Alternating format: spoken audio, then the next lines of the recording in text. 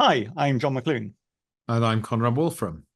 and this week's Computational Conversation podcast is on the comparison and contrasting the revolutions of computation and electricity and the changes they brought about to society.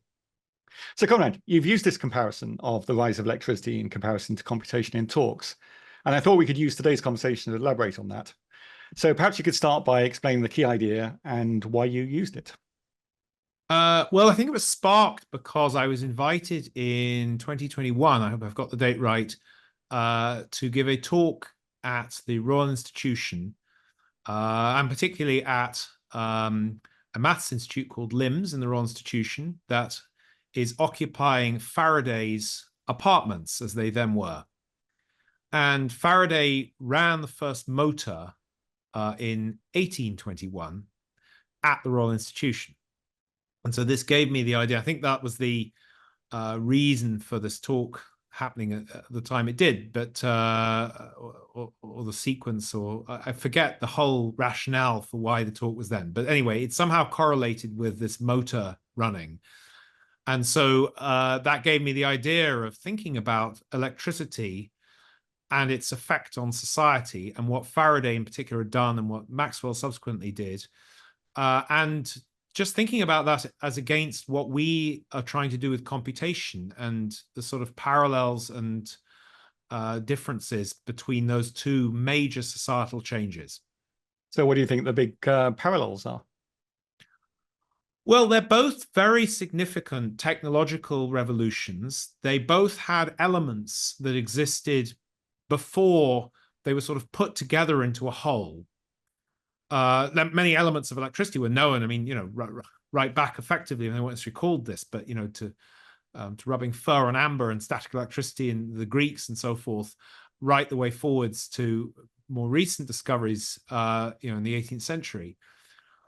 What was interesting about Faraday particularly was he put together electricity and magnetism. He put many of these elements together in a consistent form.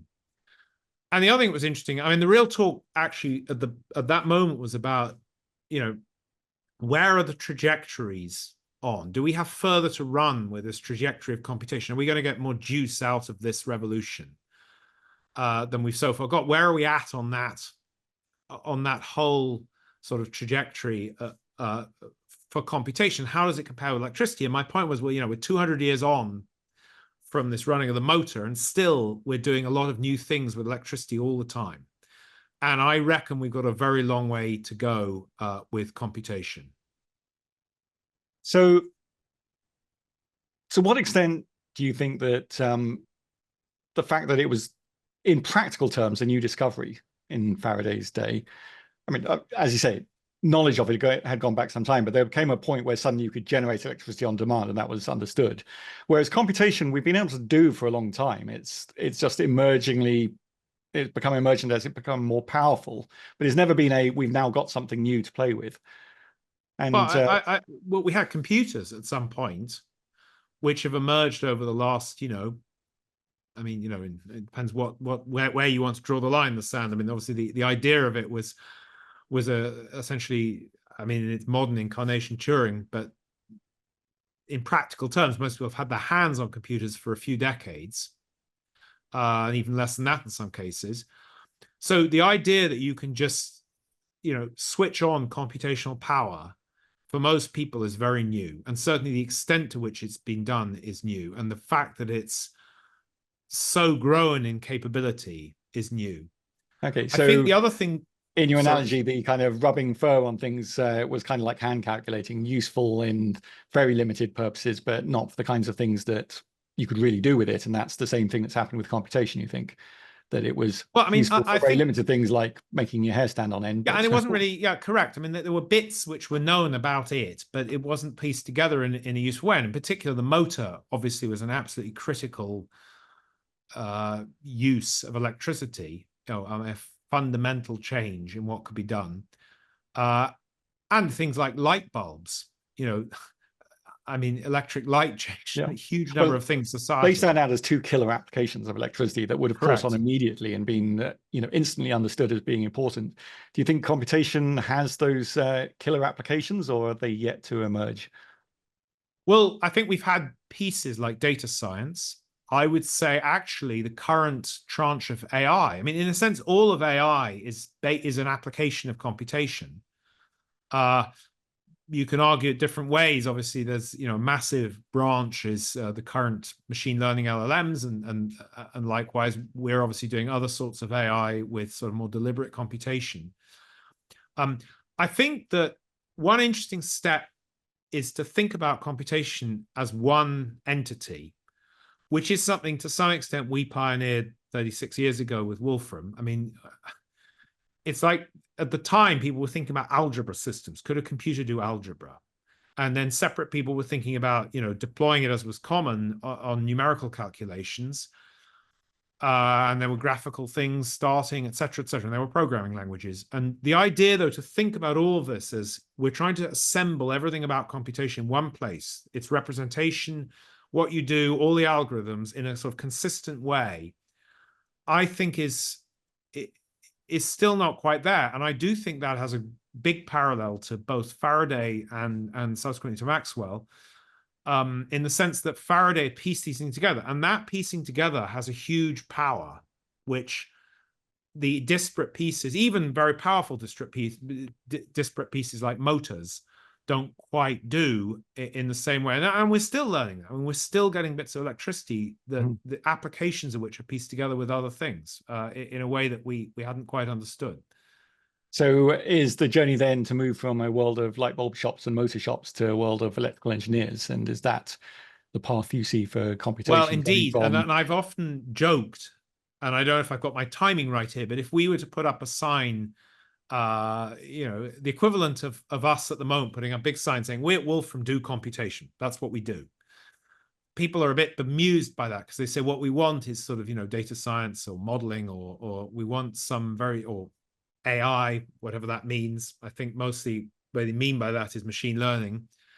I think if we were in the 1870s and we put up a big sign saying we're electrical engineers, I imagine people would also be likewise a bit confused. And most people were looking for the specific applications and they didn't get this big picture, and they weren't used to people who were thinking about the big picture to deploy in whatever they had. So essentially that's what we're sort of trying to figure out. So one thing that to me stands out as perhaps different in the two journeys is that electricity by its nature really wants to be standardized. And, apart from the Tesla versus Edison AC versus DC argument, basically the electricity in its distribution around the world has had to, in order to be efficient, become one unified way of doing it. And in that case, Tesla won with well, you should explain that a bit more. Remind me what had happened there with that argument. Well, Edison was fixed on direct current, which is great for batteries. And Tesla had, I think, understood the idea that transformers and therefore the distribution over long distances was a lot easier if you have alternating current, because transformers only work when there is a change in current. So the oscillation makes it very easy to step up and down voltages, which was the big win of AC over DC. But Edison was a big showman. He was there first. And my belief is that, or at least the urban legend is that, that Edison popularized the electric chair as an execution method because he wanted to associate AC with being dangerous. And he was putting out the idea that alternating current was a dangerous thing, everyone should go with DC. As it happens, as I said, Tesla's won. So now all electrical distribution around the world, everywhere that isn't a standalone device with batteries in it, has alternating current flowing through the circuits. But you couldn't have two power stations on different systems flowing into any kind of grid system that shares the electricity because they're just not compatible. So you're kind of forced to make a choice one way or the other. I don't think that's true for computation. You can easily make a piece of software that can stand alone, just like a battery can be on a kind of different voltage than your mains. And it's sort of missing that force to say we have to pick a side and say there's going to be a unified way of representing these things in the way that at least grid distribution has been forced to unify in electricity. Yeah, I'm not sure that's true of data. I mean, if you're swapping data or models and you want doing it in a meaningful way, I mean, you can do things with electricity to step it up and down and have different setups. But it's extremely inconvenient to do it in all sorts of ways.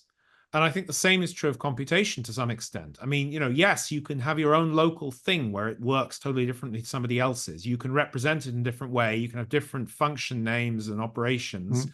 You can have data structured or even not structured very well. But actually making those things common has a huge power to it.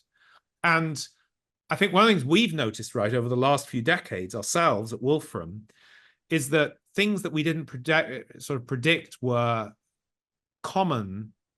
Like I think if we talked about this 20, 30 years ago, I think the idea that sort of functions, data, notebooks, machine learning representation, sound, everything else were sort of interactive application, everything, we're all the same object type. And that really worked. And that representation, that symbolic representation really unified those. And you could do all sorts of weird things between these apparently different domains. I think we weren't even sure of that to the extent we are now.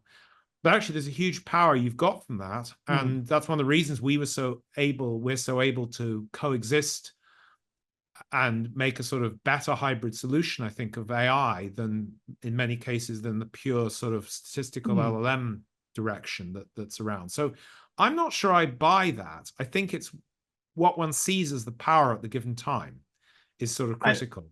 I suppose I see what you're saying when to stretch the analogy a bit further.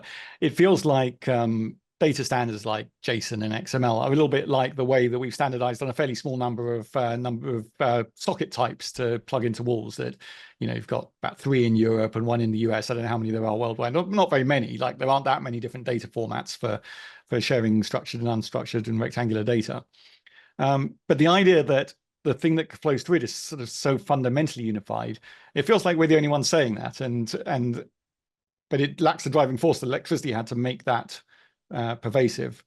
And certainly electricity has lots of competing standards when you think about the number of different battery types you can buy and as I say, different socket types for distribution. To some extent, but I mean, they're actually, compared to what they could be, given the fantastic range of use of electricity, I would argue they're quite a small number. And, it's awfully easy with, we all have plug converters when we travel right nowadays, where it's very, very easy to, yes, there are a few standards for electric plug sockets, but they're very few. I mean, compared to the number of countries there are in the world and everything else, they basically, I think in Wolfram Alpha, we actually enunciate the different sorts. And now you even get plugs which do everything, right? You put any plug socket from anywhere in and they work, like in airplanes often, for example. So, even though it's not 100% standardized, it's standardized enough. It's very easy to go between them with very little effort. So I actually think it's amazing. I think it's also amazing that electric circuit diagrams you can read, right? I mean, if you know anything, the symbols are all the same. It's pretty much universal how those are written down. That's worked incredibly well for the most part, et cetera, et cetera, et cetera. So I think we're underplaying the amount of standardization that there has been electricity. And I think overplaying a little bit how obvious that needed to be was as against computation.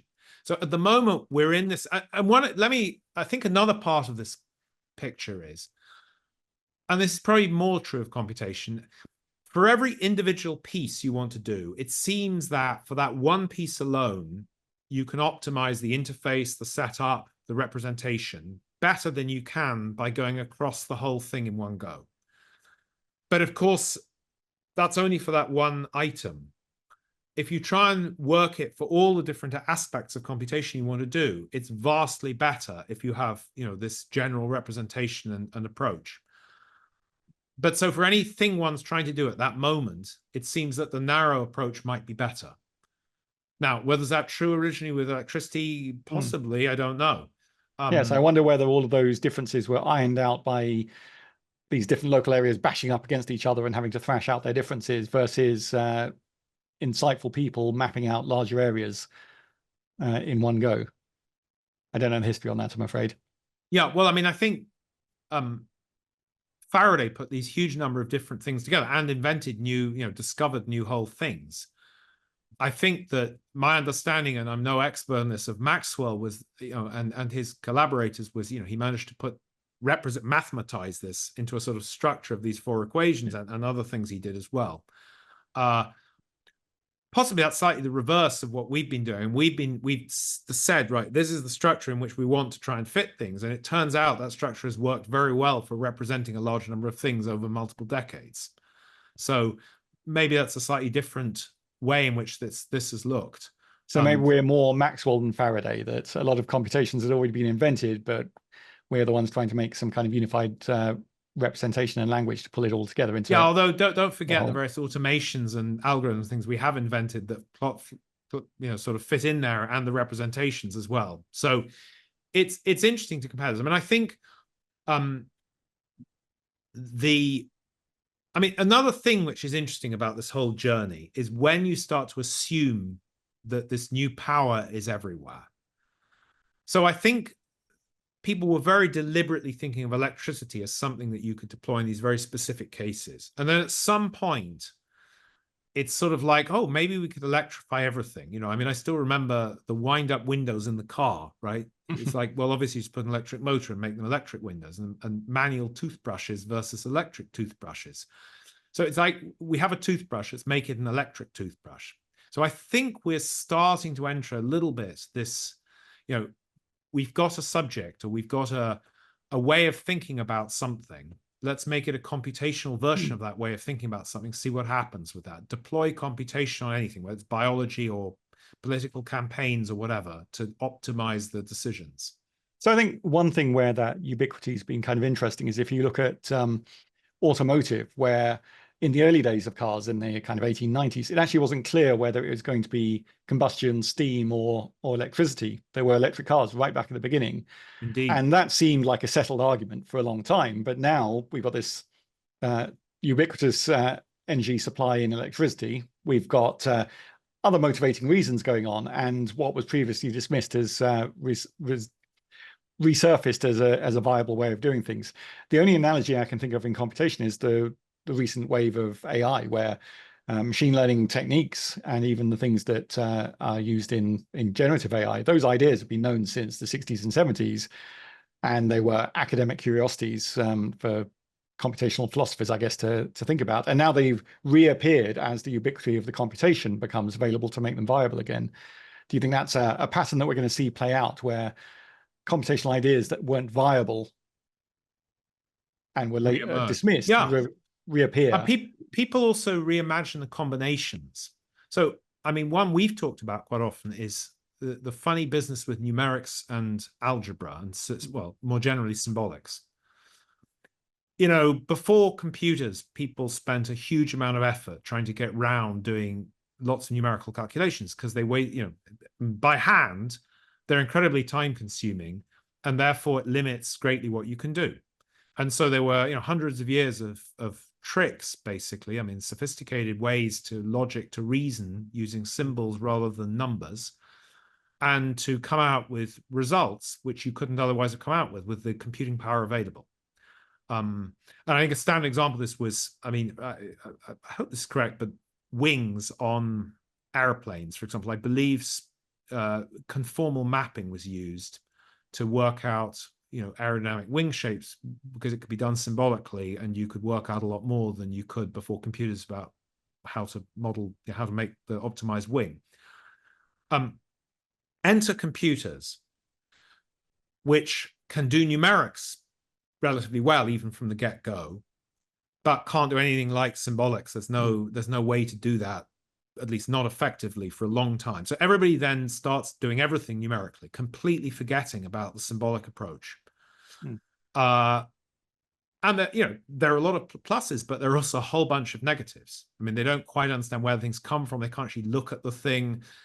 Certain things go badly off track, et cetera, et cetera, et cetera. But then, at some point, and certainly even before Mathematica emerged in '88, although I think we made it a lot easier to use, you could do algebra on computers. But all techniques have been really, I mean, you either did it by hand completely separately, or they'd been forgotten in terms of making it on a computer. So therefore, doing it numerically on a computer was much faster than doing it by hand with algebra. it's been quite a lot of effort to get people to rethink that, to realize that that combination is good and you can switch between them, and it's pretty efficient to do algebra very well. And so, for example, as you know, inside some of the functions in Mathematica, for example, we do some symbolic analysis before we do the numerics to make the thing more efficient, which other systems are separate don't do. I mean, for example, for plotting a function to work out where discontinuities are and so forth. There's so nice examples in optimization as well, where you can work out the derivatives of functions that allow you to accelerate the numerical optimization routines. Absolutely. And actually, the converses was part of our story as well. I don't know if you were aware of this, but back in our early days, a lot of as we were adding numeric evaluations of all kinds of special functions, the fact that we could generate the symbolic series expansions symbolically in Mathematica allowed us to generate the code to generate the numerical version. So there was kind of Mathematica already in the early days was being built using Mathematica. Mixing the symbolic and numeric approaches. So I think something that's happening now, which we're seeing right play out in front of us, is we've got this fantastic, machine learning has been incredibly successful in all sorts of ways, and its latest sort of amazing application, that of LLMs, they're not the only game in town. A bit like the numerics that came before them. They do a fantastic job on some things, but we shouldn't forget the deliberate computations that have been around. And I think we're seeing in what we're doing and others, but combining sort of Wolfram deliberate computations with our inbuilt, with the machine learning and LLMs, produces answers that each individual thing isn't able to produce in some cases. So I think that's a sort of example forward. And I mean, it's funny to take the electricity. Obviously, we have hybrid cars as well as pure electric cars at the moment, and pure, combustion engines. And that's a sort of funny mix. Now, I must say, I'm not a particular fan of hybrid cars in that case. I am a fan, in many cases, of hybrid computation.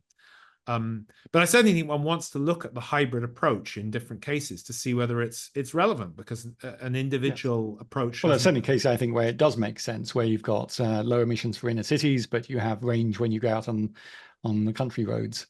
Yeah, but you've also carrying two systems, all of which need servicing, and they're heavy. And adding huge amounts of complexity. I mean, the nice thing about electric cars is they are basically much simpler in many respects. I mean, the technology to make them go far and everything else, and particularly you mentioned Tesla earlier. Just to be clear, of course, that's Tesla the inventor, not Tesla the car make. Although, of course, that one is causative of the other. It's also interesting, and this may happen again some level.